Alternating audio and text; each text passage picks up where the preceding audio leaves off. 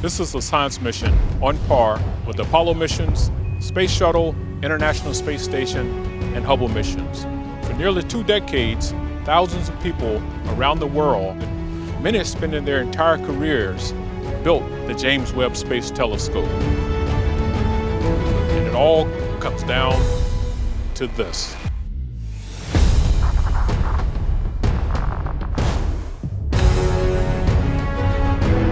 Once we launch the James Webb Space Telescope, there are no second chances. We have 300 single-point failure items, and they all have to work right. When you're 1,000,000 miles away from the Earth, you can't send someone to fix it.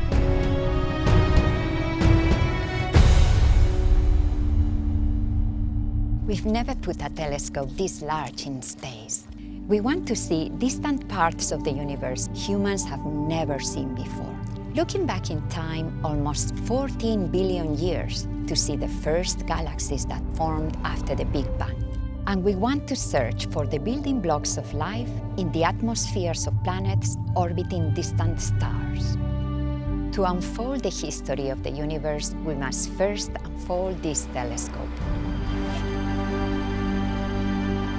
This is the largest primary mirror, the largest sun shield, and the most powerful space telescope ever built. And yet, this large telescope needs to fit inside a 5.4-meter diameter rocket fairing.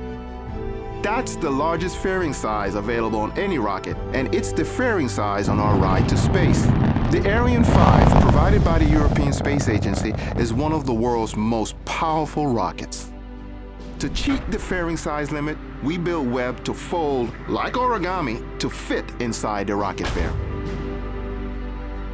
And this brings us to our most challenging part of this mission, unfolding it in space. 6, 5, 4.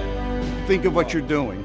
You're taking this extraordinarily delicate, precise, state-of-the-art scientific instrument, you're slapping it on a rocket, and for the next 8 minutes, the explosion from that rocket is following you into outer space. Vibrating you, shaking you.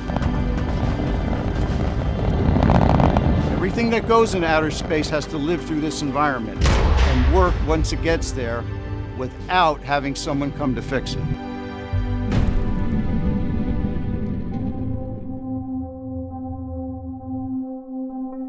Two weeks. That's how long it will take to fully deploy the Webb telescope. We can take longer if we need to, but those 2 weeks after launch are going to be nail-biters. This is the Mission Operations Center at the Space Telescope Science Institute in Baltimore. Those 2 weeks after launch will be like our Super Bowl, World Cup, you pick the analogy. Years of training comes down to these moments. The Webb Observatory has 50 major deployments, 50 depending on how you categorize them, and 178 release mechanisms must work to deploy those 50 parts. Every single one of them must work. Unfolding Webb is hands down the most complicated spacecraft activity we've ever done. Then again, nothing about Webb is easy. We've never done any of this before. There's nothing simple about sending anything into space. You can't do it without taking risks. This mission is squarely in new spacecraft territory. Webb is the perfect example of science desire driving engineering capability to new frontiers. Webb's unique design was born from reasoned engineering to accomplish its science goals.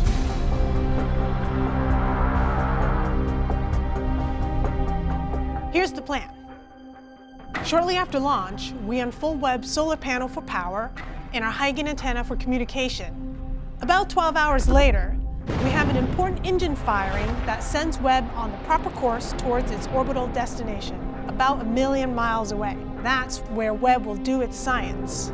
Webb will be moving so fast, it passes the moon's orbit in 1.5 days, half the time it took Apollo astronauts to reach lunar orbit.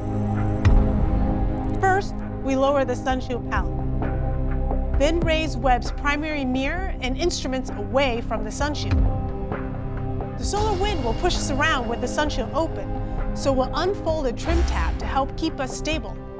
we got these huge, iconic, golden segmented mirrors that will help us deliver amazing new images from the cosmos.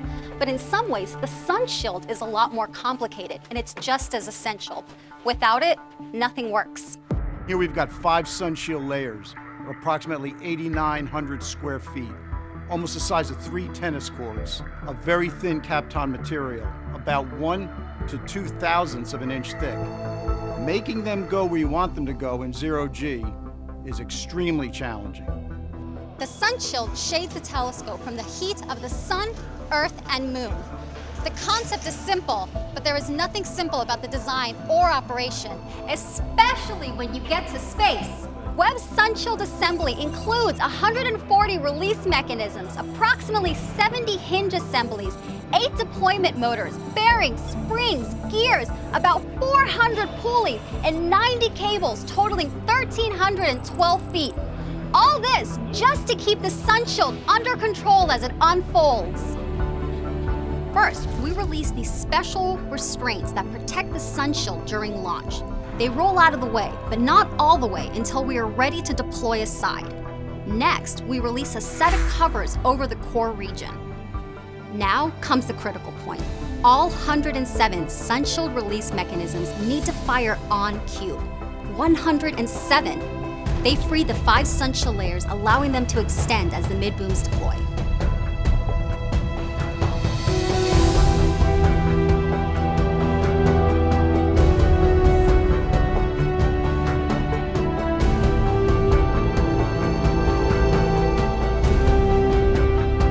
Sun shield fully deployed, we start setting up the optics. First, the secondary mirror is extended and locked into place, and a special radiator behind Webb is extended, which helps further lower the temperature of the science instruments. Finally, we open the primary mirror's wings and lock them in place. With that done, Webb is in its final configuration, but we're not done yet. After 47 deployments, and accomplishing the hardest spacecraft unfolding NASA has ever done, Webb still won't be ready for science. While the instruments cool, we'll control motors behind each of Webb's 18 mirror segments, the secondary mirror, and the fine steering mirror located inside the center of the primary mirror. We'll precisely align the mirror segments to form a perfect mirror. Then, Webb will be ready to explore the cosmos,